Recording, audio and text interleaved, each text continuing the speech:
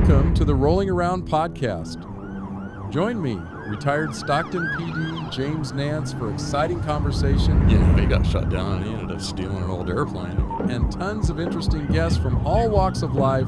Stockton don't play. I got so excited they almost threw me out of the hospital. Stuff they never show on TV is Dragging people out with bags on their heads. 2 more streets, and then he crashed into the fire hydrant. And so Here we go. And I'm starting to realize that we're not going to live to the end of this flight. If you flew over certain areas, you get shot at. This is the Rolling Around podcast. All right, here we go. Get that thing about an inch from your face. Yeah, get it up in there. Not yet? that might turn somebody Okay. on. Now we're good. You got an inch from your face. You're looking sharp. There we go. Look Not at okay? that. All right. Sean Fenner. That's right. My goodness, I've known you a long time. You were, and I tell people to this day, right, Def B, Coming up on about 30 years. long time, 30 years? God dang, I didn't think it was that long. Yeah, probably. You were one of my favorite partners, for sure. We had good times, for We sure. sure did. Yeah. Where are you from? Tell everybody where you're from. Oh. What's early Sean Fenner like? The early Sean. Well, I was raised in New Jersey, Ooh. and I ended up here in California after the Air Force. I got out the Air Force just before I got hired with Stockton PD. How old were you when you went in the Air Force? 19. 19. Mm-hmm. Right on. Did And you I get did- deployed anywhere? Was it during I was peacetime? I was in Desert Storm. Oh, really? And after Desert Storm, I flopped around a little bit doing what I did when I was in the Air Force, which was a flight medic. What'd you do in there? I was a flight medic? Aeromedical Oh, evacuation. so you were down. And so Down. I was a licensed vocational nurse Yeah. through my training. And so when I got out the Air Force, I did 6 years active, 6 years reserves. And so I worked in a hospital before I got picked up with Stockton PD.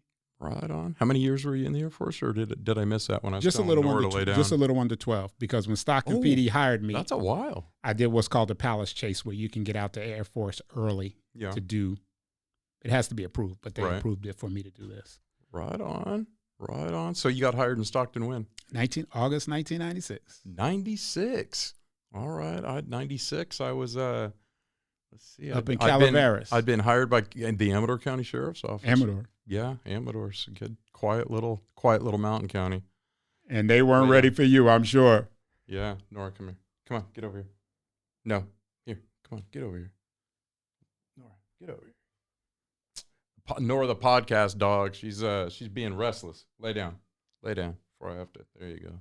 Edison medicine. So we'll get to your affinity for Malinois, and I'm sure by the time this is over. Yeah, we got a story. For So that. you got hired in 96 by Stockton? Yeah. And the story was that as Yeah, how'd that come about? I went with a friend to the test, wasn't planning on being a police officer at all. I actually was getting ready to go to school to be an RN. And they were giving it over at the Civic Center. And I took a friend there to take the test. And the lady says, well, it's open enrollment. Why don't you just, because I was looking for a place. I didn't live in Stockton yet. So I was looking for a place Yeah. to just hang out. And she said, well, Stockton's not a savory place or something to that effect. She said Right. to me, and I says, well, what am I going to do for 2 hours? Because I think the test was like 3 hours. Yeah. So I showed my ID. She says, well, just come in and take the test. Really? So I came in, and I wasn't even interested in it. I was like, I'm getting ready to go to school. Yeah. I just went down and started marking the boxes. I read the question, whatever the first thing that came to my mind, which was a logical answer, I just marked the box, marked the box, marked the box. And they graded, and a couple days later, I got the results, got a 98. Really? I think a lot of people go into those law enforcement tests when they first get hired thinking they're going to be law enforcement centric, and they're not at all. They're just common sense, reading comprehension, Map reading. Exactly. It was some basic stuff. So Yeah. I said, you know what? I'm just going to go ahead and go through the process. If I get it, if I go to the next level, I'll just go until they knock me out, because I figured, And they're going to find something and on you Stockton PD from New was Jersey. notorious for knocking the bros out. Yeah. And so- here we go. And so I said, you know what? I'm just going to go Yeah. until they bump me out, because I'm going to get knocked out. Well, I got a 98, so I said, whoa, I'm going to be on the top. I'm going to be like number one, how many people are getting 98? Right. Well, there were 8 people that had a 98, so I was in whoever was ahead of me. Yeah. And then I got one. And the process went pretty fast. Who did 6 months later, who did your background? a motherfucker. Oh, who was it? His last name was Cranston. Oh, yeah. Yeah. Oh, my goodness. He put me through the 3rd degree. Did he? The person that saved me, because one of his good buddies was Ron Savelli. Oh, yeah, yeah. And Ron Savelli was good friends with my first wife. Yeah. And so through purchasing cars and doing whatever. Right. And I went in there and talked to Ron. We were buying a car. He says, well, let me talk to Cranston. And he said something to Cranston and things started to smooth out. But Cranston made me, you talk about jumping through hoops. A job shouldn't have been so hard that I didn't really want. Right. But that was my background investor. It was Cranston, and he put me through it. But I got through it. And then I had the Black Widow, which was she did the the psychologicals, yeah. And she put me through the 3rd degree. And I'm thinking, I'm a brother. She's a sister. I'm like, she's gonna give me the proper questions. Right. She put me through like I was a baby from Dyfus. She was asking me questions about, did my daddy ever touch me? Yeah. I was like, what in the world? And then she asked me to draw. You didn't get that answer wrong on the MMPA, did you? Well, they never give you that. They never give you the answers. So I'm sitting here. She asked me, well, draw a picture. And I'm like, what the hell? Draw a picture? Right. I'm 25 years old. So I start drawing a little picture, and I draw a picture like, I'm thinking I draw a stick man, a little boy. She's like, well, what is this? Tell me what this story is about. Were you using black ink or blue ink? I'm sure it was probably blue ink. Yeah. But she took from this picture of like a stick figure. It was supposed to be my dad and me, but she went into some diatribe about molestation and I was like, whoa. Oh my goodness. So it was a rough process, but once I got in, yeah, best choice I ever made. Right. Oh, that's, you know what? I'm the same. You know what? We were just, I think, I was just talking to somebody about this over the weekend. You either, lay down. You either really want to do it or, I know who I was talking to about it. You know, if you ever question it, like, you know, I'm not sure this job's for me. You know what? If you question it one time, the job's not for you. And there's a lot of folks I know from leaving Stockton during the rough times, during bankruptcy and all that, and going to BART, that there are a lot of police officers that truly picked this job because it was a job. No, you're right. But for me, it was definitely a calling. I loved every day I did it. Now, granted, I had my ups and downs and my ebb and flows. Right. But I believed it was my purpose. Yeah. And I enjoyed every day when I was at work. Yeah. And, you know, even I still say this, you know, even though, you know, times, you know,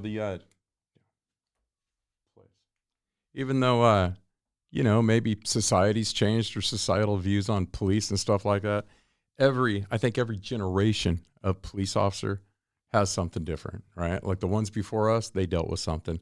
Then you get maybe our tenure, we dealt with something. Yeah. And now you got these new guys, or, you know, or the new lot that's in law enforcement, they deal with something. But, you know, if you really want to do it, it doesn't matter, right? I mean, you're going to do the job. But I think you really have to have a heart to do police work. In this atmosphere now with jobs, the type of jobs that pay well, and California is an anomaly that the police officer positions from living around the country now that I live in Atlanta, the pay is incredible. And I think a lot of people choose this profession because the pay and benefits in California policing are so great. Yeah. Yeah. But they're not really, they don't have the passion to do the work. Right. And I don't know, maybe it's millennials, maybe it's the mindset of the new police officer, but it's like an entitlement and it's not like a passion for wanting to go out and really, because every day that I came to work, it was like, you know what? I'm going to just do my little piece. Boy, that's an understatement. We'll get to that. to make the place better. And at that time, I lived in Stockton. So it was like, I want Stockton to be a place that you want to live. That I want to live. Yeah. And I said that too. I know there's a mindset that, oh no, I'm not gonna live in the town that I work in. But I'll tell you what, if you live in the same town you work in, it keeps you on the right path. You don't want to pop off to a guy that you're going to run into at the gas station or the police or the grocery store. Even though I'm fairly certain, they don't shop at the same stores I go to. But you never know. But I can honestly say all of the 17 years that I did at Stockton, yeah, I never mistreated anybody. So I ran into quite a few people. Yeah, no, I'm the same. Off duty. Yeah. But I never treated anybody so badly where they had this grudge, this hatred, or this vendetta. Like, I can't wait to find Fenner when he's out there, see his family. So even after the saying arrest didn't go, nicely. Even after that, though, I mean, you kind of always, just, us in general, you always kind of picked them up, dusted them off a little bit, and, can I get you anything? Come on, let's go. Unless they kept it up, right? But the crooks yesterday from today. Oh, way different. Crooks knew they knew that it was them against us. Yeah. It's like when they say in a corporation, it's just business. Yeah. They knew that when they got caught, this is just the process. Yeah. Most of them weren't going to jail for the very first time. No. And so it's like, you know what? This is the process I got to do. I got to go sit in here. Somebody's going to bail me out or not. I'm going to do my time. I'm going to go to court. Yeah. And so the mindset is different. The mindset today, I don't know if I could do policing today. Yeah. With the way they have this tension with the police in the society. Yeah. Regular folks that never gave us problems are some of the ones that are giving us problems today. Right. We had to worry about the 1%, the crooks. Yeah. But now it's regular citizens. And they never, it's like they never they never fought. They never fought you. They never fought me. They fought the uniform. Well, I got a funny story. When I transitioned over to Bay Area Rapid Transit, I was sitting in Berkeley. So my stations I had the Bay Area. So I had Berkeley, Oakland, Lake Merritt. And I was coming out of Starbucks, and a lady tapped on my window. She says, "Your car has been parked there for like an hour and a half with the car running. You need to turn the car off." I says, 90 degrees out here in Berkeley. And if it's 90 degrees in Berkeley, that means in the Central Valley, it's 100 degrees. Well over 100, yeah. And I said, "Do you know all of this stuff that runs in the car, the MDC and all the computer stuff needs to have the car running?" And she says, "Well, straight tree hugger. Oh, yeah, greenie. Well, we pay your taxes and we want the car off." And you know me. You were very receptive to that, I'm sure. What I'm wearing? And when I worked, I was 250 pounds, 248, 250 pounds. I said, "Do you see what I'm wearing?" I said, "Go ahead and complain." And I got in the car, drove off. But what I was saying is the mindset is that you have regular people that have issues with things now. Yeah, that didn't. That would have never, "You're keeping my streets safe. I want you to be cool in 90 degrees. Now it's just so bizarre, the stuff that people come at the police with today. So I don't know. And you left Stockton as what was some of your assignments in Stockton? I started off on patrol like everybody does. On graveyard, probably. And then shortly after that, they had a government-funded or federally funded county program called Community Police Officers, and I was assigned to the two housing projects, Sierra Vista and Conway Homes. Yeah. And I worked that for, I think, 4 or 5 years. And then shortly after that, I went to... You were doing that when I left Amador in 99, in 99 and came to Stockton in 99. You and Shriver. Yeah. And we loved that position. That was a fun position. Then you guys were on the radio. Yeah, there was some stuff popping off in those two. We can't put out right now. But we enjoyed the time. Schreiber was a really good dude to work with. Yeah. And again, you two seem like you two are a good team. We worked together well. We had common interests. He lived in Stockton. I lived in Stockton. So both of us really wanted to make a dent. So we went out every day to make a difference. And I think we had a great time. Yeah. But shortly after that, I went to Bike Patrol. Mm-hmm. Oh, I forgot about Bike Patrol. Yeah. I did that for a couple years. And then I got picked up as the public information officer. For the POA. That's right. And I did that for a few years until... I just couldn't deal with the politics at the record. You want to tell everybody what you're famous for, being that PIO on the news? What'd you say about Stockton? You remember that? I don't remember. You're gonna have to do it in your voice. I'll prompt you. Remember that? You said Stockton don't play. Stockton don't play. Yeah, yeah. I remember that. That went over well. And I was in a muscle shirt. Yeah. Well, I called you from home, right? Was it on Fremont Street? I was out somewhere doing something, and I had like a True Religion cutoff or something like that. And I told the lady, I says, I can't do a soundbite right now. I'm not even dressed. She says, no, just come on down. Yeah. That soundbite for about 2 or 3 weeks. Everybody kept saying, what the hell are you on, dude? Are you juicing? Damn, you look huge. Fruits and Whose vegetables. shirt was that? Was that your little brother's shirt?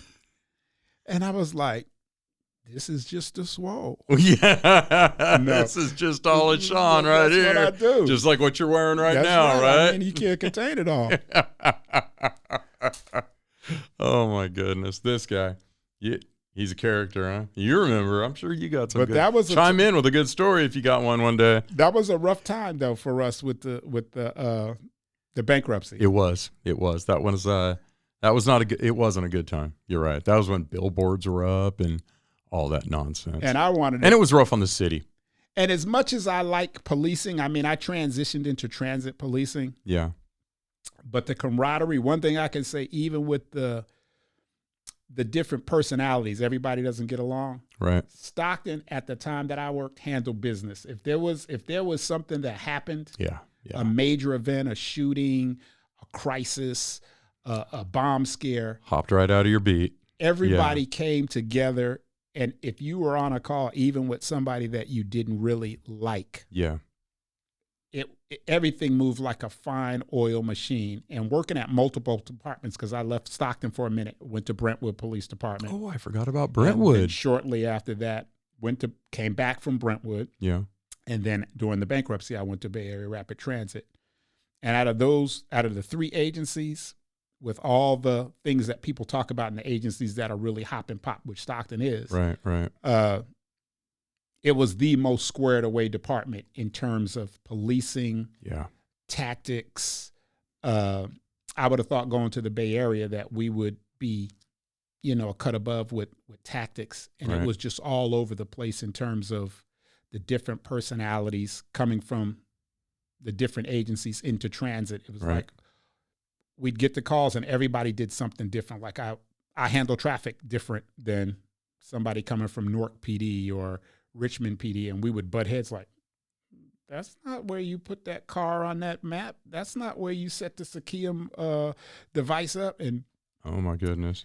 But Stockton, hands down, doesn't get the props that it needs in terms of global policing when you talk about police agencies around the country. But and Stockton, you go to, countless conferences.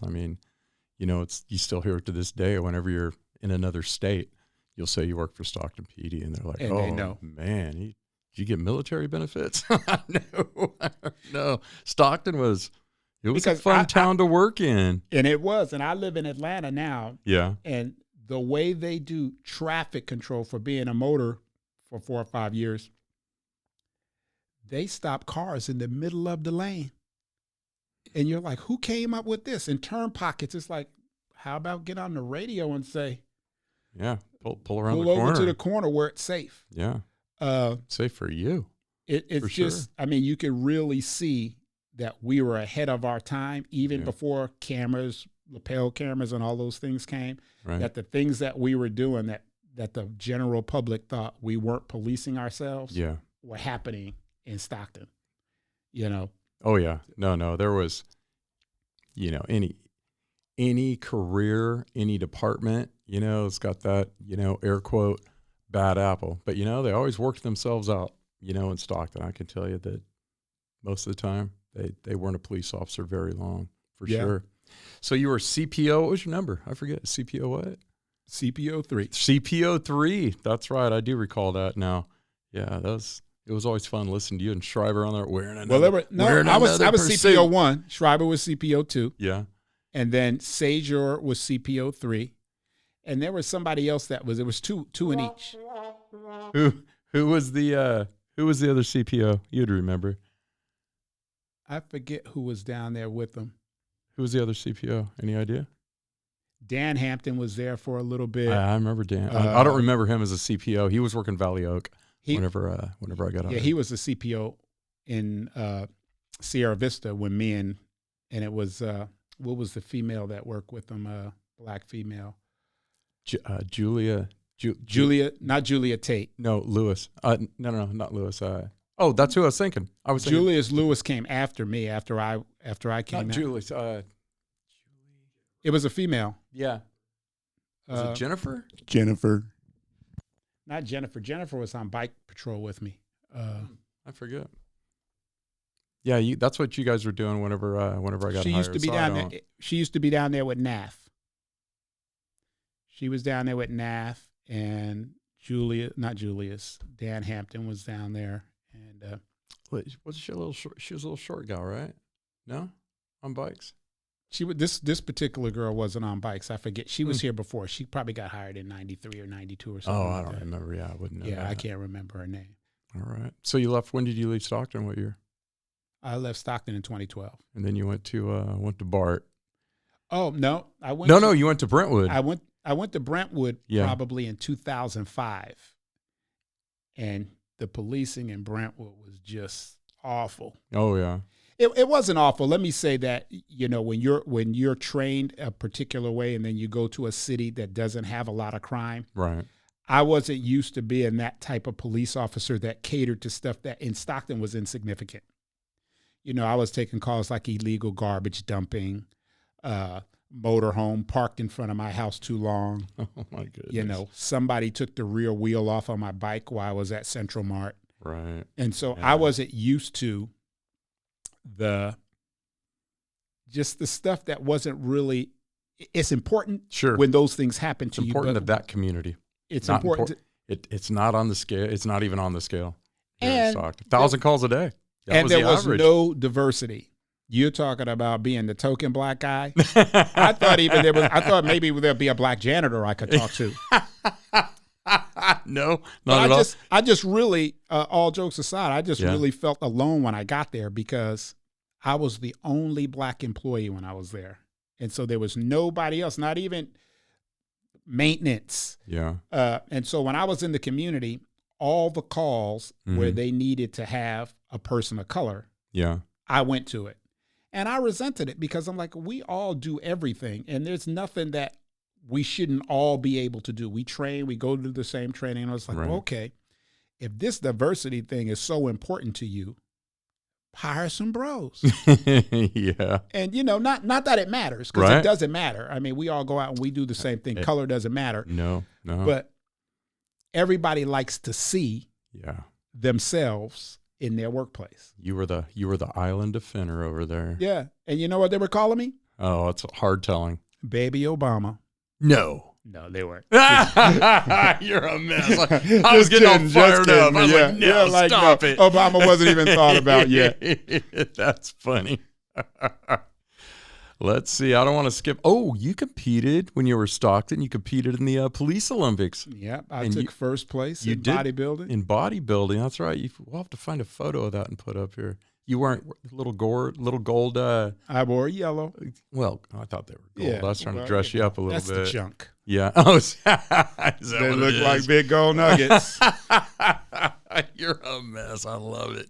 So police, and then you went to motors. Went to motors. Yeah, touched by the hand of God himself right there. Best assignment. Yeah. Hands down. If I could have stayed in Stockton and stayed a motor, that would have been it. Yeah. Loved it. Yeah. Loved it. Until this day, I still have a passion to ride. I still ride a motorcycle just about every day. Oh, yeah. I'm going to get that Black Beauty up on the, I'll plug that in here too. You got a beautiful bike right now. How was training? Were you a daredevil like everybody else? Oh, hell no. No? You didn't go the speed limit, did it? How long did it take you to get to Tahoe as opposed to everybody else? Well, it didn't. 4 days. 4 days to get there.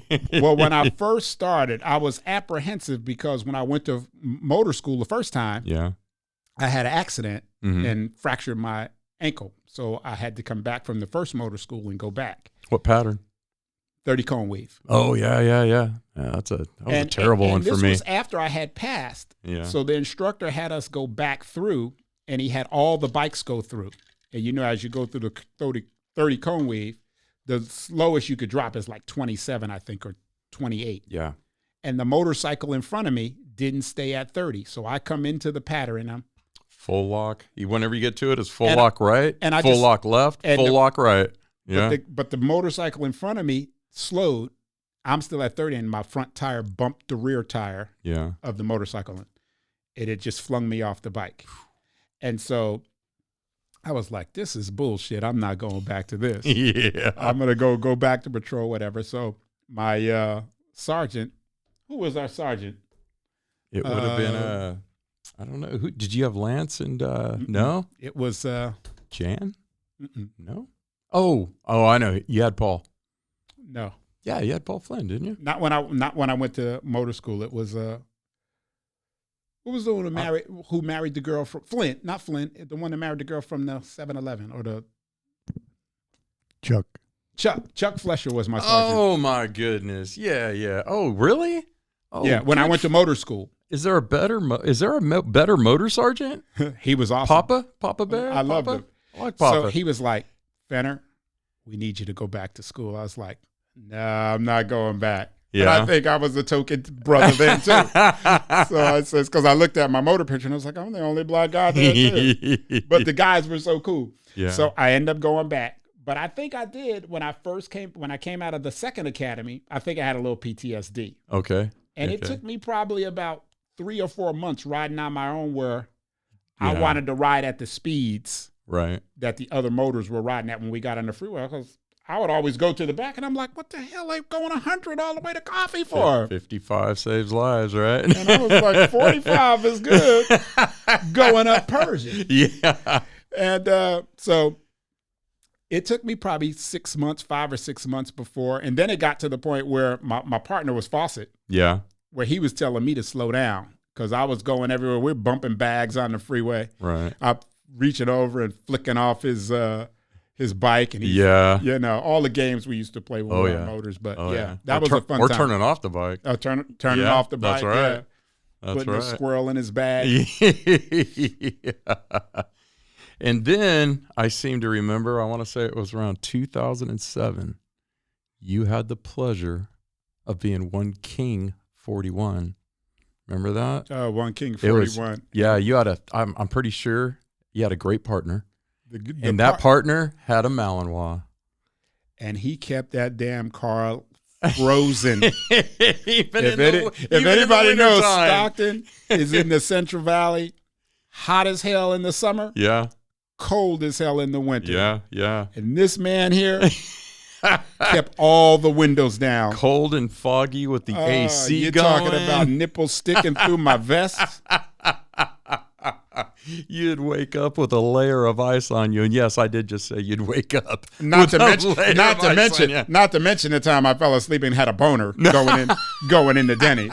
No, Perco's. Was it Perco's? It was Perco's. That poor waitress. She went walking in and she looked, and I remember you had the newspaper folded up under your arm, and I said, "Sean, put that newspaper somewhere else." Poor thing. She was pouring the coffee, just shaking all over That's the first place. time I got a boner from cold. Oh my goodness, yeah, because we used to eat breakfast and just before we got I off. think I dozed off in the seat. I probably was dreaming, but then I woke up and I was like, "Ooh, it's cold, very cold."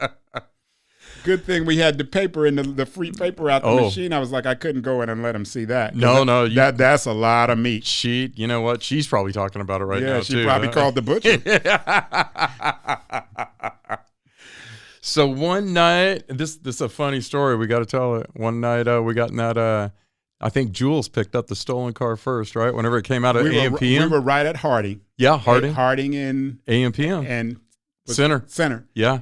And we're like, we think that's the car. Yep. And you said, I think he's going to run. And I don't know where Jules came from, if Jules was even in the lot. Jules must have been. He was must coming have up been, Hunter. Yeah, he must have been on Hunter or something because I think he might have made a U-turn or something. I think when we put the And call waited. out, because we put the call out that, I We don't had know, the was it a stolen car? Yeah, it was stolen. Yeah. It was a 10851, Yeah. and we put out that it was leaving the parking lot, and it was going. Yeah. It was going eastbound on Harding. And I think Jules was just south of us somewhere Yeah, on Center Street, coming up, probably up Hunter. right. Because that car took Because he off. came out of nowhere when we came out and went eastbound on on Harding. and then we took the Northbound on Hunter. northbound on Hunter. Then he took he went up 2 more streets, and then he crashed into the fire hydrant. Yeah. Remember that? Then he And- took off running. Jules was on him first, Jules was on him first. and you're trying to get your seatbelt off, and the guy was going over the fence, and then he kind of elbowed Jules on the head, and you said, "I'll never forget this." You were getting that seatbelt off, and you go, "Oh hell no!" And man, you took off, and I'm getting VN out of the car because I didn't know if he was gonna. And we confused them. 3 brothers. One, Yeah. He didn't know who the he's crook's a brother, and both the cops are brothers. He's like, "What? We didn't train for this." Said we gotta go. If you could be the dog talking, the dog was probably what? Is this a joke? I went up there and he was just barking. Remember that? He was just barking, and then you ran. This is what I always say. You ran in front of him, and he just happened to get your butt in the downstroke of the bark. Is that what it is? It is. It is. The lead was way out, and I was like, I thought you were letting the dog go, but you had him on the long lead. Right, and right. I was like, I know that he did not bite this Negro on his ass. And you know I said something else. Oh, no, it was hilarious. That's the tastiest meat. Yeah. You said, tell me he did not bite the wrong one, is what you said. Exactly. And even the guy looked, he's like, oh, he got you? It's That's like, right. lucky for you, so I had to give him a couple lumps. Yeah. I was like, I took the bite for you. You're getting a couple of these lumps. So then I think we brought that guy out, and Rocha was the lieutenant. He's sitting on the back of the ambulance. Yeah, and he said, what happened to him? Did the dog bite him? And I went, no, sir. And he looked at him again, and he goes, I think it would have been better if the dog bit him. And that was classic. I saved that photo for a long time. He's sitting on the back of the ambulance. Yeah. His head is all wrapped up. Right. And it's got like like blood is like oozing through the gauze. Yeah, I think he just sat on the fence or something. I'm Yeah, not sure. he probably never stole a car again. Probably did not for a while. was Probably like- not for a while. And I didn't sit for a couple of Then, days. then we got in the car, and VN did not take it personal at all. He came up didn't. there He was and licking me on started my neck. licking you, and you're I like, was like, what the hell? I said, this is definitely a love-hate relationship right here. Oh my gosh, he was a good dog, He was man. a good dog. We had a lot of fun with that guy. He was. Yeah. There was nothing was personal to VN, man. He was fun. He was a good dog for sure. Yeah, Good those dog. were the days. So you left there. You went to BART, and you went as an officer. Is that right? I started Then as an you officer. promoted. They asked me when I came because I actually knew the chief of police Yeah. that was there. He asked me when I interviewed to test as a sergeant. And coming from Stockton, I know how it is when new people come in from other agencies and they get positions, and there's folks that are waiting at that agency, and they're like, how'd this guy come in and get the sergeant spot? Right. And I've been on the list or whatever. So I said, you know what? I'm going to start out as an officer. I didn't know how long I was going to be there. So I said, I'm going to start as an officer. And I didn't know anything about transit. So when you do regular policing in agencies like the Bay Area Rapid Transit, which is a district, you have a business component, and then you have the policing component. Right. So right. there's a lot to learn when you go to transit. So I said, you know what? I'm not going to come in and supervise folks and not really know what I'm supposed to be I know the doing. rules. Yeah. And just you have your police stuff that you do, but then you've got a manual for the train. So every officer has to know everything about that train system, oxygen systems, how the doors get open, how to cut the third rail line off, how to get from Oakland to San Francisco underwater with it's just When your and- ears pop. and just like a plane, you have to have callbacks because you can't just jump on the track. So if somebody jumps in front of a train and the body's there, you can't just jump down and start CPR. You got to get the command to turn the third rail off. Mm-hmm. And so it was a lot of stuff. So I said, you know what? I'm not going to come and have this animosity with all of these different officers because the Bay Area Rapid Transit, a large portion of them are laterals from other agencies. So they're coming. And they put their time in. So I stayed, I worked for about a year and really learned the transit system. And into my second year, I promoted to sergeant. And you learned that they were not a fan of 148s. Oh, no. Yeah. They put me out. While I was an officer, they put me out at the Coliseum. Yeah. And coming from Stockton, we were used to dealing with the downtown Oakland, East Oakland would be similar to some of the rougher parts of Stockton. Yeah. And so, and for the listeners, 148's the delaying or obstructing, police fighting with them and whatnot. Resisting. Yeah. And so I thought again, and I'm always a jokester, so I was like, why they always got to put the bros in the bad neighborhoods? Translation. But loved it. Yeah. Loved going to the neighborhood because in some of the other places like Berkeley is a little more liberal. And you probably liked Richmond. I was assigned the Richmond BART. I remember that. But some of the things they do in different agencies, the way they process in the Bay there's so many different rules. Like we had use of force if you pulled your gun. You had to do a use of force if you pulled your gun and anybody else saw you. Oh my God. It's changed since. Yeah. So imagine having officers that are like, well, I don't really want to put all this extra work on my sergeant, so I'm not going to pull my gun. So you're putting officers in safety situations like pull your gun. Don't worry about the work that I have to do afterwards because that's just what we have to do. So they put me down at the Coliseum, and the Coliseum was, until I got there, was just, it was like an open market of drugs, dice, fare evasion, the typical. At the Coliseum. They would say stuff like, they would jump the turnstile and say to Bart, fuck you, you just Bart police. And not. They called you, police are called 5-0, and didn't they call Bart 2.5? 2.5.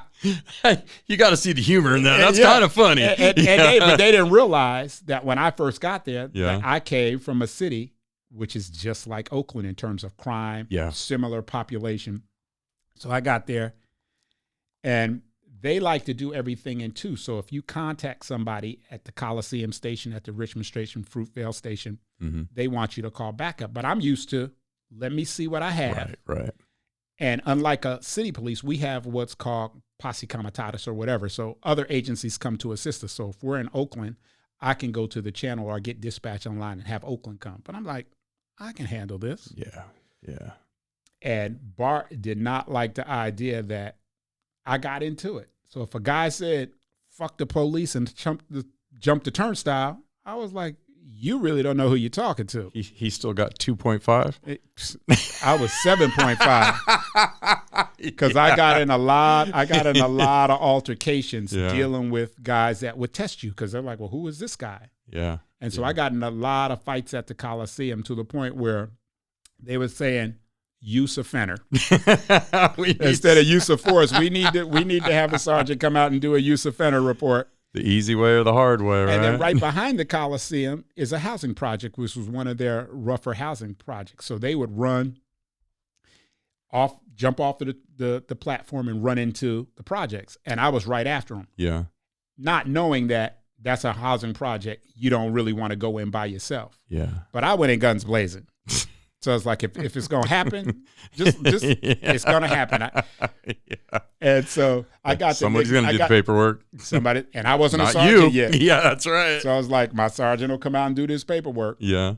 And so it was just it was a rough transition going to. They put you on restriction. Did you get a timeout? No, they sent me to a quieter neighborhood. Yeah, like El Cerrito, Albany. Nice.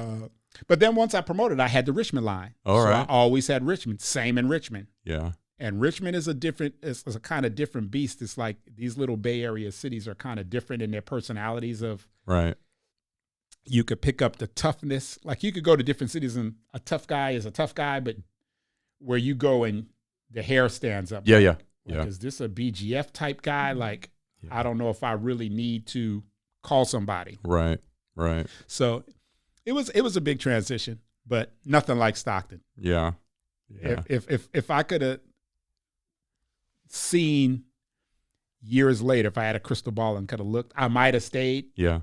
But I mean, I'm happy with my retirement, the pay and everything. There was a huge pay difference between Stockton and Bart. Huge. Right. My goodness. But I'm saying prior to us going through the bankruptcy. Oh, yeah. Where we would have been if we had stayed on track. Right. With our contracts and so forth. Right. We were doing pretty well Master up officer, until yeah. that point. I mean, there was a lot of money on the table, Sure. but people say it all the time. Now, granted, it's just a euphemism because nobody's going to work for free. But I love the job enough that Yeah. I could have done it for free in that mindset that I loved it like that. And so thinking about what I gave up to go to BART, like I says, I'm happy with my retirement now, Sure. knowing that that's what I'm going to get to for the rest of my days. But Did you retire? Did you retire as a sergeant from BART? Did you? Yeah, I did. Yeah, retired as a top SIP sergeant. How long were you there? 6.5 years. Oh, that's pretty good. Right on. Yeah. Right on. So you get retirement from Stockton and BART. No, it's all PERS. Oh, reciprocal? It actually, our retirement system at BART is PERS. Yeah. So they were 3% at 50 when I went. All right. It almost mirrored our retirement prior to Bankruptcy. Yeah. All the different, all your educational incentives, and roll-ups. all of those things. And even I want to say overtime was included also in your retirement. Oh, nice. Must have been a percentage. Was it a percent? Yeah, nice. All your education and so forth. So where were you at whenever, because I don't know, every time I tell this story, you know, people are always surprised to learn this. Where were you at whenever, what are those? And for the listeners, I will make sure that the audio is included in this. Tell me about what are those, because it's a great story. Yeah, I'm the one and only what are those guy. That's right. You're and the original. And probably it came out in July of 2015 is when it was recorded. Okay. It was a guy that I was working the Berkeley BART station, the Ashby BART station. They have a flea market there just about every day in the summertime. And I was dealing with this guy over and over and over again. And I want to say what was his moniker on Vine? I think it was Young Busta. Okay. That's who recorded it. Yeah. And so I had been dealing with this guy in Berkeley. Anytime, you know how they do the cell phone stuff. Oh, yeah. And this was way after Oscar Grant. So anytime you did a stop anywhere in Berkeley, cameras came on. All right. And so I dealt with this dude probably 15, 16 times for just doing stupid stuff at the Berkeley Ashby BART station. Mm-hmm. You know, nothing marijuana, serious. Yeah, just being a knucklehead. Just a knucklehead, always interfering with calls. You got somebody stopped. It'd be why you got him stopped? You don't have anything better to do? Oh, all just jacking up. Oh, you and Uncle Tom. And you know me. I'd look at my name tag and go, how do you know my name is Tom? When you and I worked together and they'd say that, I'd always say to him, I go, hey, why don't you give me a little history on Uncle Tom? Who was he? Yeah. And they shut up, man. They didn't even know. I mean, that came from all kinds of people. Yeah. But that's the kind of stuff he would do. Drive me crazy. And this was during the time when everybody was suing the police for anything. Yeah, yeah. And so it's like, agitate you so you say or do something that would be outside of your character. And complain after Oscar Grant. I got hella complaints at BART. Oh, yeah. It was just a complaint haven. Yeah. But so one day I got called that an officer made this arrest of this gal. And so unlike Stockton, the Bay Area Rapid Transit, sergeants have to come out and actually approve an arrest.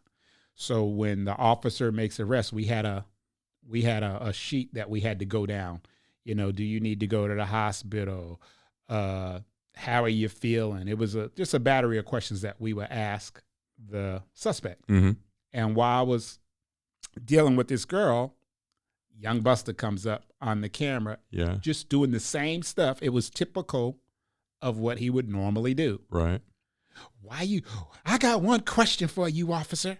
And ironically, I just bought a brand new pair of boots. And you used to wear those Air Force boots, right? The ones with that shiny toe cap. I remember that all the time. The combat jump boots. Yeah, you dressed tight. I kept it clean. You did. You were looking sharp. And it just all the time. Him, and he says, I got one question for you, officer. And I'm thinking he's going to ask me something about why did this officer jack this girl up? What are those? And he points down at the boots and he does the thing. 3 days later, I'm getting all of these texts from my kids, from friends like, do you know that you're on YouTube? You're on Vine. It was on Vine. Vine, yeah. Do you know that you're on Vine? And I was like, I can hardly operate this phone. Because we came from the era of the flip phone. Oh, the flip phone. These were like like the brand new where you could do everything on your phone, and it had come to that point. You where had you no could watch idea what it video. could do. And I was Yeah. like, I got the phone because it's cool. Yeah. I can't run video. I don't know how to pull up apps. And so everybody was sending, and it just skyrocketed. And it ended up it went to World Star. After it got 1 million views, it went to World Star. Yeah. And I've been all over the place. I was in Seattle, Washington, visiting a family member, and I was standing outside a Champ Sports store. And there were these two little girls standing looking over the balcony. I'm looking over the balcony. We're on the top floor, so I'm looking down into the mall. And they're looking at their phone, and I could hear, "What are those?" Yeah. And I looked over at the two girls, and I says, "You know that's me, right?" And they're like, Nah, "No way." Stop it. Exactly. Yeah. Get out of here. And they look at their phone. Right? Because and it then starts off at your head and it goes down. That's right. And then they look at me and they go, "Oh my God. Oh my God." You would have thought that they saw like Taylor Swift. Yeah. Then again, I was at downtown Oakland. They were having the Warriors won their first championship. All right. They were having the big parade in Oakland. Stanley Bowl Super Cup. Yeah. Standing downtown Oakland on one of the streets down like by around Lake Merritt. Yeah. Same exact thing happened in Oakland. I'm standing there, and a group of folks were joking around with, "What are those?" They were like, "What are those?" Yeah. To different folks wearing crazy shoes or whatever. Again, they looked up at me. I was like, "You know that's me, right?" And they looked at their phone. Yeah. "Oh my God. Oh my God." Wanted to take photos with me. It was just a blast for those couple years. It went on for probably from 2015 to about 2017 that it was just massively popular everywhere I went. And how many millions of views? Last time you checked or heard? The last time I looked, probably in like around COVID, it was like 40 million hits. Incredible. And it was so popular, I went and got the tattoo. You sure did. Look at those boots. Oh, that's outstanding. Yeah, and what are those? That phrase was featured in. It's been all over. SpongeBob's used it. It's been in Marvel with Black Panther. That's right. They've had a viewing on the ridiculousness. So it was. Oh, I didn't know that. It's been on the ridiculousness. Really? Look it up. Who's that? Rob Dyrdek? Is that right? Is he ridiculousness? I think it's Rob don't Dyrdek on remember. But it had a pretty good run, and even now, like when I'm when I work at one of my security jobs that I do in Atlanta, I run across younger folks that don't realize. You'll hear them say, "What are those?" or whatever, and I'll go, "You know, that's me." Same response. Right. Nah, get 8 or 9 or whatever it is years later. What is it? 2015. Yeah, it's almost 10 years later. 10 years later. Right. No. And still, 10 years. And I just saw a commercial on television the other day where they used the slogan, "What are those?" Yeah. So it was a fun time. It was a memorable time that you can always go back because once it's in the ether, it's there forever. Just like you and I talking right now. Ooh, this could be the last one. And it's even a question on trivia. It's a question on Trivia Pursuit. Oh, I didn't know that. One of my buddies was at, you go to the bars and they do trivia night. Right. It was one of the questions on the Trivia Pursuit. Oh, that's funny. No, I didn't know that. Yeah, fun time. That's pretty good. When did you retire from BART? I retired from BART in May of 2018. Oh, 2018. All right. Retirement is beautiful. Yeah. Anybody that's. Because you were you had a beautiful pad in Brentwood. I remember that. What? Not Discovery Bay. I'm sorry. Discovery Bay. That country club. Big difference. Yes, That's right. But no, I left. I would have stayed, but I got injured. I was supposed to have a back fusion and neck fusion. Yeah. And that's why I lost so much weight. All right. So that's how I got into cycling. Oh, I wasn't aware of that. During my physical therapy. I remember the back for sure. I was supposed to have an L4, L5 fusion and a C3, C4 fusion. Yeah. And I got in a fight at BART and rolled and tumbled down some stairs. And Yusuf Fenner. And was never right. And couldn't wear the vest anymore, couldn't wear the gun belt. So they put me on, light duty 4850, and I used that up. But the time that I was going to physical therapy, every time I went to physical therapy, they had me ride the bike. And I was like, this relief is just incredible on the bike. My lower back. Neck I still have a problem with my neck. Right. But got on the bike And the doctor says, well, you're probably going to have to, for sure, have the surgery on your neck. But if you lose some weight, and at that time I was about 248 pounds, 250. Because you're short. How tall are you? 6'1". 6'1". You were 248, 250. Yeah, because I was 6'3", and I was right around 250, 260. We didn't have a lot of 148s. And that was one of the reasons why you stayed big. Yeah, it was like, well, that's okay, right. I'm gonna squash the amount of the contacts that I have with these guys that go, I can take him. Yeah, no. And so started riding the bike. Uh-huh. And I met a guy at church that raced with Team Fremont. And so he says, hey, I'll ride with you. And so he went out, purchased the bike. Yeah. First bike, I had a Cannondale Synapse and went out and started riding. That's going back a ways. Yeah. And in 6 months, I lost 50 pounds. Haven't had to have the surgery. Now, mind you, I still have to have a lot of care on my neck and back, but nowhere near having a neck fusion or back fusion. So, right on. And then you really got into the riding. You got into the miles. And then I got into cycling deeply. Still, that's number one hobby. Yeah. And I probably ride 40 miles probably every other day. Yeah. Let's jump back a little bit. What took you to I almost said New Jersey. What took you to Georgia? Housing prices? I actually bought a house to Airbnb. Purchased a home in Atlanta, and the community that we purchased in passed ordinance, no short-term rentals. So I was still in my house, and I was like, well, we're not going to be able, I don't want to have to go back to work to pay for a house that I'm not going to visit. Right. You know, since I can't make any income on it. So my wife's a school teacher. Mm-hmm. So she says, okay, let's go give it a whirl. And if we like it, we'll stay. If not, we'll come back to California. And went out to Atlanta, found a cycling group that I ride with. Right. And rest is history. Right on. Yeah, because you put in some serious miles now. Yeah. A lot. Last year I was doing 1,000 miles a month last summer. Man, I don't think I ever got to that. You know, my cycling mentor was Kohler. And Kohler. Let me tell you. I used to ride with Kohler up in, where do you live in? Calaveras. Yeah. We rode, but I wasn't into it then. When I used to ride with Ed Kohler, I was like, this bastard right here. Whoever thought of this in this heat? And his size. You would not think he was that fast. But I'll tell you, I loved being right behind Kohler. He's like a kite. It was just like following a freight train, man. The wind went right around you. It was great. Yeah. And he would go. He was a good cycling mentor for sure. He taught me everything I knew about it. Yeah, he rode with the what's the bike store that's right there? It used to be in Lincoln Center, across from Lincoln Center. Hold on. Something bikes. What is it? It wasn't Free Flight. Delta. That's right. It was something before Delta. Delta Cyclery. It was something before Delta Cyclery. You're right. I forget what it was, but that's where the bike unit used to get all their stuff, all right? The bikes, right? That's from right. That store right there, yeah. And they sold Trek and Fuji. That's right. Yeah, it was that bike store, and I forget what that. Oh, it was Performance Bikes. There you go. That's it. I could see the sign. Yeah. I just couldn't remember what was on and it. He rode with the club out of there for a long time, and he got me to come up to Calaveras and ride, and I was like, this is like the worst thing, because bros, we don't like running, we don't like swimming.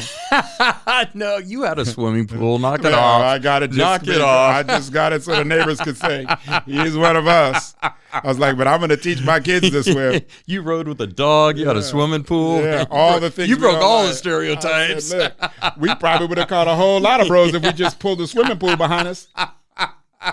Oh my goodness. Say, look, we're going to put you in that pool if you don't stop running. Oh, that's funny. Yeah, but I fell in love with the hobby. Anybody looking to really low impact. Yeah, I loved it. If you're looking to keep your weight down, it's not hard on the body if you have. Good for the lungs. Good for the lungs. Yep. It's really contrary to what people say. If you get a bicycle fit, it's not hard on your back. No. Some of the longer rides are hard on your neck. Yeah. So you have to be careful with, you need to wear like a bib or something that gives you some type of shoulder support. But I still, clearly I don't ride anymore. But we're gonna get you. We're gonna get you riding. Get me in a recumbent bike. That's right. All right, we'll work on that. I'm up for anything. Unity ride.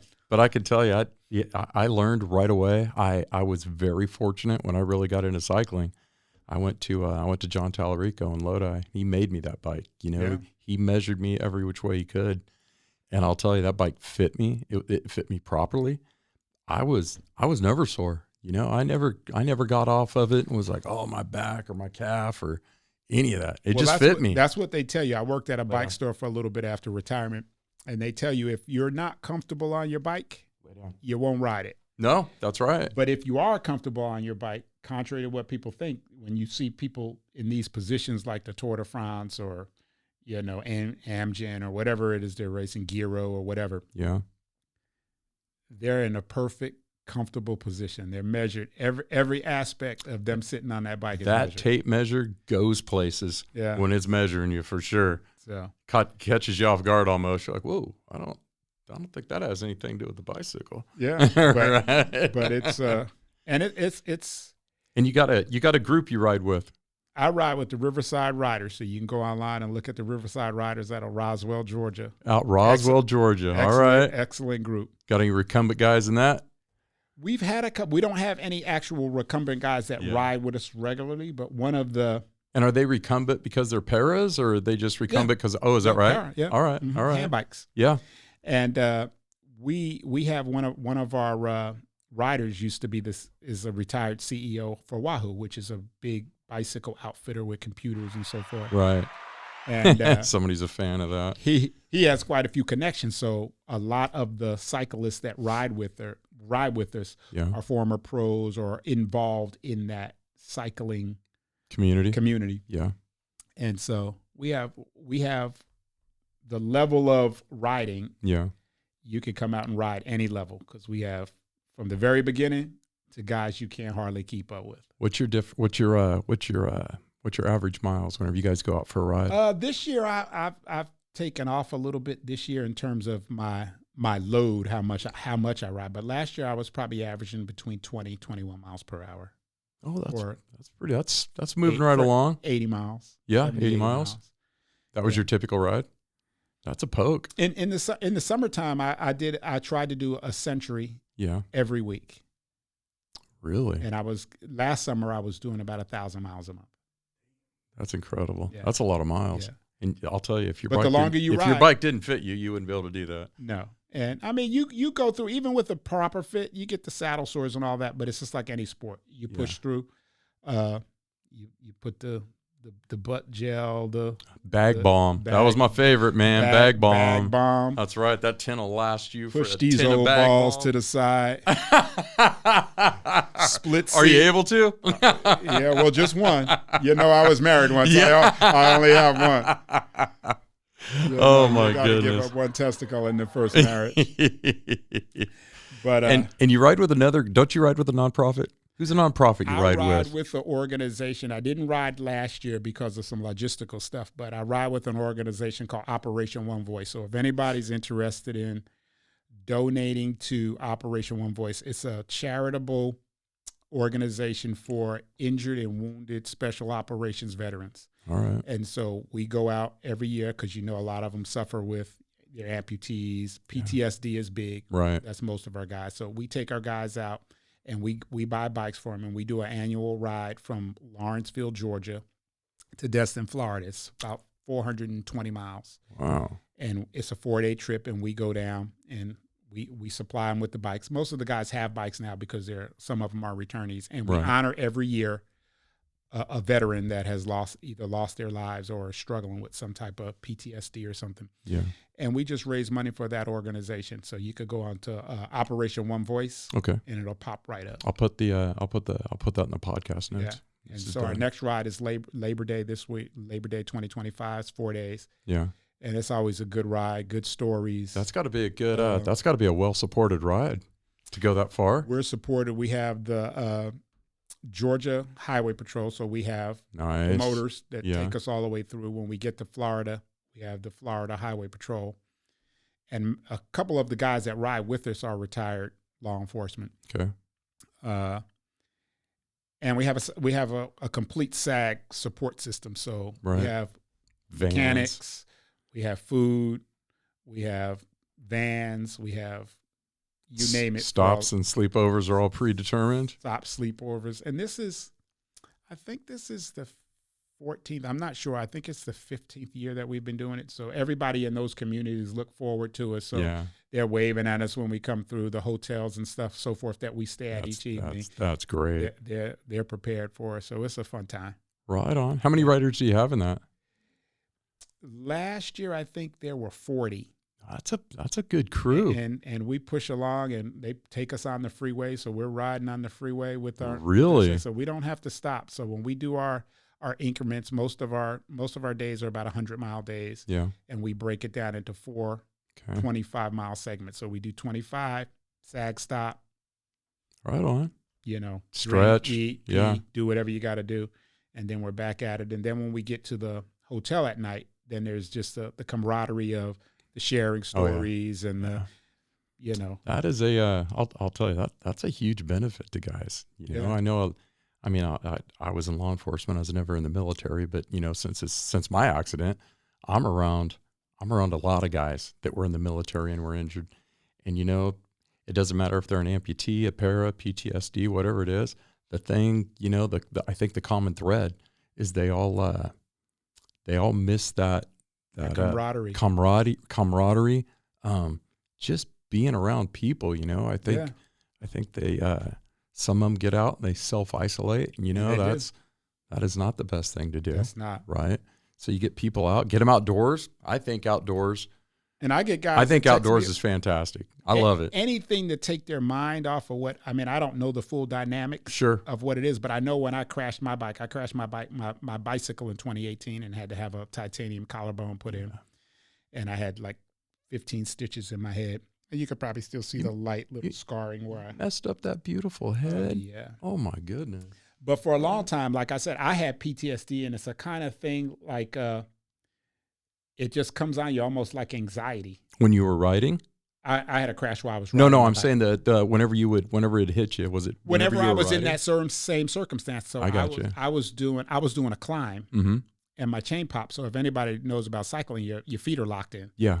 And so if you're not just 100% paying attention, when you're going up a hill and you're standing on your bike is going in between your side legs. to side. Yep. Chain snap from all the tension, and it just kind of high side, like if you're on a motorcycle and you're high side, it just flips you off the bike, knocked me out. I don't remember anything because I ended up in the hospital. How many people behind you crashed?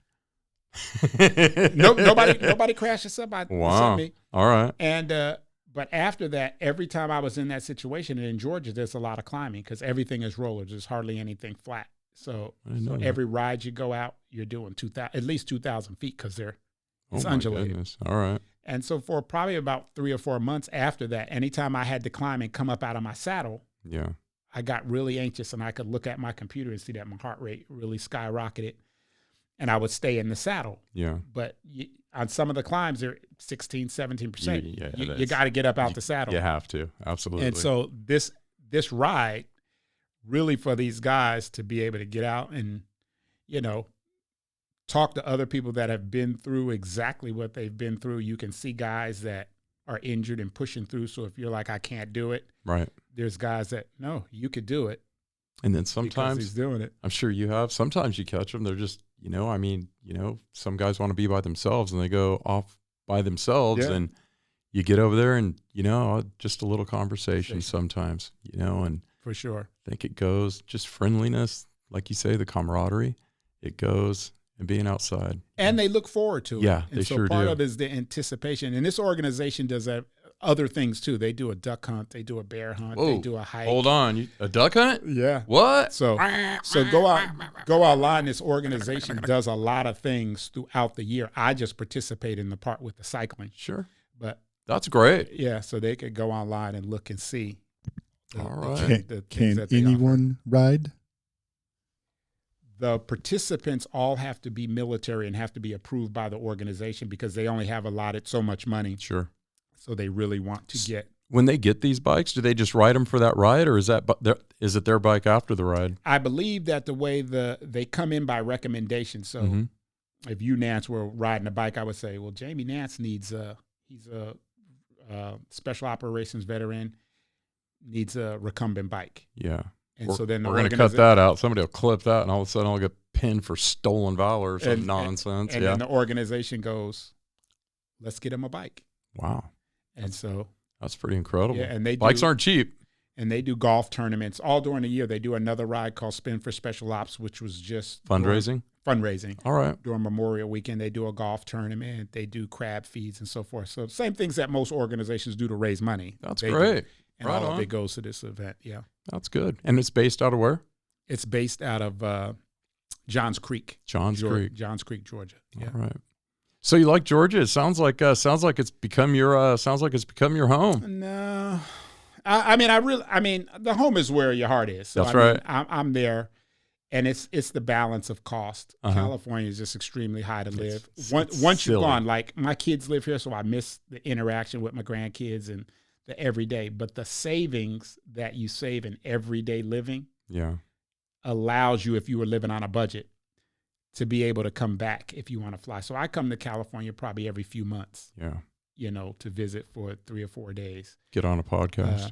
And then my family owns the Bill Pickett Rodeo, which is the largest black rodeo in the world. And so where's that at?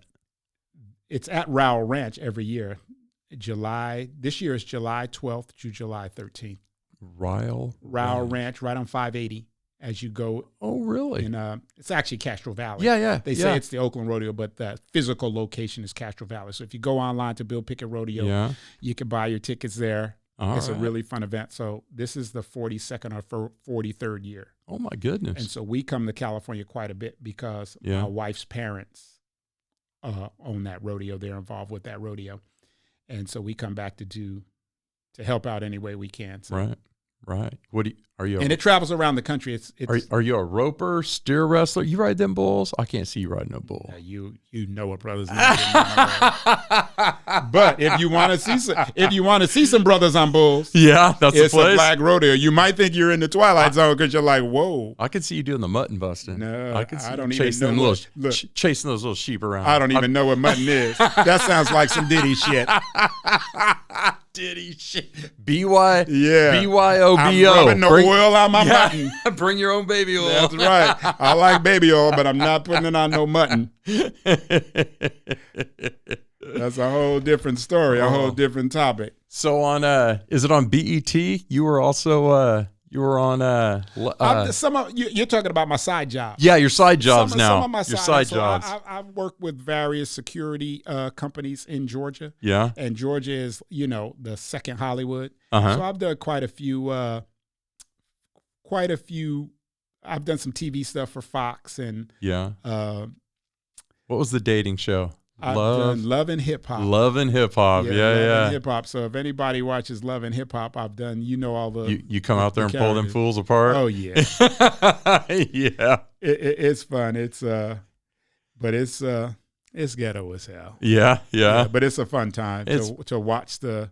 Black Jerry Springer? Well, just to watch how on television they don't tell you what to do, but they just put hostile entities together and just watch how it organically happens. So it would be like me and you haven't seen each other, but we don't really like each other from whatever, episode 3, episode 4. And then we go, I'm going to put them together and bring up the story. You remember you got bit by that damn dog? You see what I'm saying? And then organically how that rolled happened. up on the ground, and fussing and fighting. We're fighting in a Speedo. With baby oil. And so that gets the ratings. They're like, did he just rub him with baby oil and mutton? And then the ratings go right up. Right. And so I'm just laying there all shiny. That's right. The next show, they're eating the mutton. Yeah. They're like, are they eating the mutton? That mutton got the raw deal, right? Yeah, so that's how they do that. And I've done I Can Hear Your Voice, which is one of the reality shows where you have to tell whether they're ad-libbing or really singing. So a couple little shows that I've done. Yeah. Then you're doing some security stuff? I do security now. I work for a company called Security Industry Specialist. So who's that for? One of our main vendors are Apple, Amazon. And so whatever they have, whether it's television, whether it's retail, whether it's traveling with merchandise on a big rig truck. Wasn't it? Was it last year, the year before? Weren't you going to go to India or something for 3 months. That was with Netflix. I was working. Oh, I was okay. working a gig trying to get onto Netflix, which didn't happen. But they were doing some filming in Nigeria, and one of the companies that I was working for, they said you'd fit right in. they says, "Hey, you might be interested," but it never worked out. Yeah. My check is in the mail. So yeah, so I just try to stay busy. You know, I try to stay busy, and that's whatever comes. And both our daughters went to school together.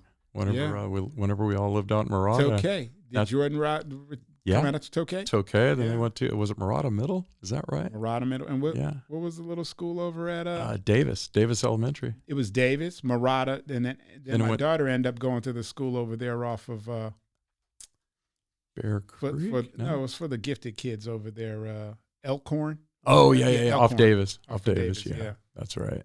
Yeah, so she went there and then took to Tokay. Yeah, and then you got that big old little Sean, that dude, 6'6", 280. Ooh, yeah, he's a big boy. He's coming down. He's on my diet right now because I do carnivore now. So I love carnivore. So he's eating a lot of meat. Yeah, not Diddy style meat. Yeah. No, I had no doubt. But he's dieting right now. So. And you're fortunate like me. You got a couple little grandkids. Grandkids. I love it. I love it. Doing great, working. Yeah. Thank you, Jesus. Yeah. Not in the pockets, but doing a great Those job grandkids with their are. family. I'll tell you, kids they are great. no cheaper than your own kids. In fact, I think it's probably more. Oh yeah, it's always something. But actually, I can knock on wood that my son and my daughter do well enough for themselves that they're not in the pockets. And they're both. I have to offer them. Yeah. No, we did. We absolutely do the same. And you want to do it. Yeah. It's great. And they're both teaching at a college in Sacramento. Is that right? Are they still doing that? No, Sean works for a law firm up in Sacramento. He does all. I thought he was at Jesuit. He does their media and Of course he does, because he's a good looking dude like his dad. That's a side hustle. He is good looking. Yeah, I know he is. Maybe he's not mine, but I didn't take it to him. But no, but he got hired. He does like his organization that he works for is set up like LDF. Like remember we had like the Stagney and all of that. Yep.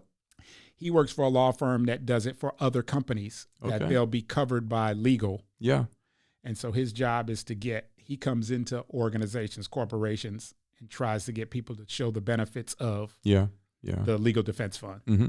And then his side thing with the company is he does all the commercial footage and it's not a podcast, but anything that has to do video related where they need to put it up on their website. Does a lot of green screen stuff, doesn't he? He does green That's screen. right. Yeah. I remember that. So that's his little thing. Yeah. And what about that beautiful daughter? What's she doing? She works for an organization that puts content together for after school programs. Uh-huh. And her company's out of Illinois, and she works from home. So she does that. So she works from home and I think the name of her company is called Right at School or After School or something like that. But it's an organization that works with young people. Right on. Man, yeah. We're fortunate, but man. All our kids stayed out of jail. We got grandkids. Yeah. My goodness. No drugs. No drugs. Yeah, no drugs. So it's almost an anomaly, isn't it? So it's sometimes a blessing that the kids are doing well, healthy. Yeah. No problems. And right on. Able to travel a little bit. They travel. Good. What they can do. And my son really is a family guy. I'm so proud of him that he's embraced his family. And you have, I can remember when. And my daughter's still looking. She's still looking. She's She doesn't need, no, she's good. She's good. But she thinks she's getting to that age. Oh yeah. But they're doing well. Right on. Anything else? Did we miss anything? Because man, I just like sitting over here laughing at you, for goodness sakes. Let's see. What about the I forget what street it was on. What about the crazy naked guy that came down the stairs? Remember that? And you said, "Good Lord, that looks like a button on a fur coat. Where were we in that? It was a downtown hotel. I think it was on Sutter or something like that. Yeah, I don't remember, but I You remember the said naked that, guy, and I couldn't stop laughing because I'm a brother, and I thought I had some junk, and I thought I was at the donkey show in Juarez, Texas, because I saw that guy, and I was like, oh my goodness. I wanted to look at him for a little bit. I was so impressed. I was like, I would be naked too if I had that thing. He was a mess. We had that. We had Tina for a while as a sergeant. I did over there. Yeah, I didn't. He was a disaster. Yeah. Oh my Oh goodness. yeah, I remember. Yeah, we were over on Sutter. Yeah. Sutter, right downtown Sutter, right there. The stuff I forget what that apartment complex was. It was too. at night. It's probably not even there. Probably not even there. But the stuff they never show on TV is when you get somebody like that. Yeah, that's blurred out, but that's a lot of blur. Then he pooped. Remember that? Yeah, he stood there and then I was wrestling. like, you nasty bastard. Yeah, right down his leg, man. Yeah, I was like, dude, we're sitting here just really looking at all of this junk. Yeah. Like, in the next life, I'm going to have that. And thank goodness. And then he poops. And the ambulance came. Yep. Thank goodness we were a canine. We didn't have to take We didn't have to take this joker. I was like, look. Because that was like a big old tube steak. Yeah. Well, Sean, let me tell you, man, I say it all the time. You are an absolute pleasure to work with. I would go back working with you any day. We had a lot of fun. We had a good time. Thank goodness it was in 2007 and not after 2007. We had a lot of fun together. Yeah. I don't know today. Sure. I mean, the politics of policing today, it really. Let me ask you this. Did the body camera did it ever bother you at all? I never minded wearing it one bit. I didn't Not even a little bit. But we got the body cameras. BART was one of the first organizations that got the body cameras because we had so many things going on with the Oscar Grant situation, which happened prior to me coming to BART. Right. But after I embraced it, because I got to the point at BART where I was like, BART is what it is. It's an institution, and I just have to adapt. Yeah, it's not going to change. It's not going to change. So once I got promoted and I adapted to how they did business, I just really used the camera like I was doing a documentary. Yeah. So I would say stuff on the camera that I would capture stuff. Like if I would say stop resisting, I would just be real specific with, whatever it is they were doing. Why are you picking your nose? Why are you being so hostile? And I just let the camera, I would just let it play out like that. I always recognized it was on. Yeah. Unlike the time that I cussed on the radio. Back in the day. Do you remember that? Oh my gosh. I forgot about it. Were you working that night?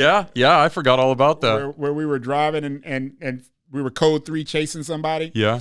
And I don't know whether was it with you? It was. And I thought I was picking up the speaker. Yeah, and it was not the speaker. And it wasn't speaker. I picked up the actual radio and said I dropped the F-bomb. I was like, get the F out the way. And then 5 minutes later, I was in the watch commander's office. Yep, I remember that.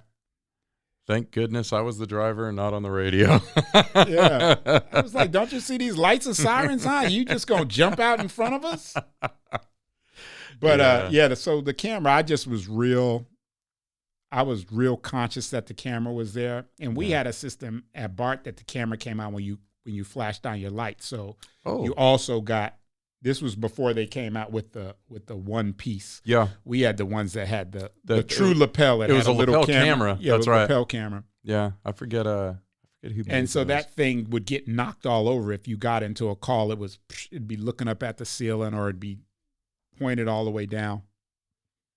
But I just would narrate my calls to the point where it's like, if you have any inkling of what went on, you're gonna hear me talk. Yeah. And then at BART, everything's cambered. So if you're in a transit station, there's cameras where you don't think there's cameras. So I'll tell you, I enjoyed it. That camera never bothered me one bit, not even a little bit. In fact, if anything, it gives just a little more credence to what you're going to write in your report. We got to review ours. Yes, so did we? Yeah, you could. So there was no reason for a report to be no, and be janky. And then you're writing it with. It's just in black and white ink, right? Whenever it comes out of the printer. But then whenever you get to see the context of it, when you get to see the person actually talking and saying what you put in quotes. Oh, my goodness. Yeah. So you quite a bit really different. have to embrace it. I would imagine now that it's the norm. But when we I'm started, sure, yeah. it wasn't the norm for No. us. And we probably said and did some things that probably would get us in trouble today. Oh, yeah. But I mean, it wasn't in this political mindset that they do today. Like we're just going out here to be just nasty cops. It was just, Right. people just don't realize that when you're in a knockout, drag out, there's innate things that just happen. Once you become a police officer, Yeah. you can never lose a fight, right? It's, Ever. yeah. Ever. So, For sure. All right. Well, Sean, it's been fantastic. It was a good time. You better believe I'll put a disclaimer at the beginning of this one, right? For the big E. yeah, I'll put something there. Yeah, look. You bet. Let me ask you this. Now that you've been here, been on this, is there anybody you can think of that I should maybe reach out to? See if they want to be a guest on this little passion project of mine that I enjoy so much. That's local? Anywhere. Yeah, anywhere. This whole thing started just as a, there are so many. Is it just cops? No, not at all. Not at all. It's just, Stockton, I think being from here, I mean, I was born at Dameron Hospital. I think it just has such a negative connotation to it. The city, the city of Stockton, people are like, oh my God. You know what? Some of the best people in the world live right here in this little town, and if they can get a voice to get on here and talk, I want other people to hear it. Do I have police officers on here or former police officers? Sure I do. I mean, I'm gonna have a former police chief on here in a couple of weeks. What? Yeah. But anybody, there are fantastic people in this town, and I just don't think they have a voice. And let's give it to them. This is it. You bet. And of course, it's going to be. I got a bunch of military buddies, that I've come across in these years. I got a bunch of folks with wheelchairs, they'll probably get a kick out of this. And certainly, one of the things I really like is my hunting. Right? You never did go hunting with me. I'm scared. I never did go hunting. You saw the with movie me. with Ice-T, right? Yeah. Where they picked a homeless guy off the street and gave him clothes, fed him, took him to the cabin, and he's like, "What are we hunting?" Yeah. You know who we're hunting. Yeah, you. Yeah, so I'm afraid. And now that I live in Atlanta, I'm very afraid.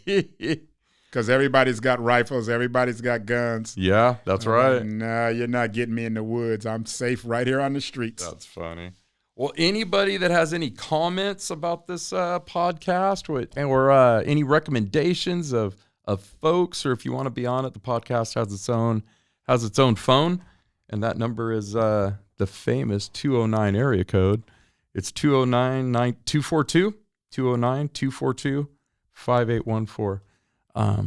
Don't be afraid to text. If you call, I probably won't answer because I keep the ringer off, but if anybody wants to text or anything like that, by all means, reach out to me and I'll get right back to you. I won't let it go by the wayside. So, Sean, I appreciate it, man. You're a good friend. Glad you stopped by. Thanks. Def B, thanks, buddy. Thanks for running the controls for me. Good to have Sean here with us today. Yes, it is. Yes, it is.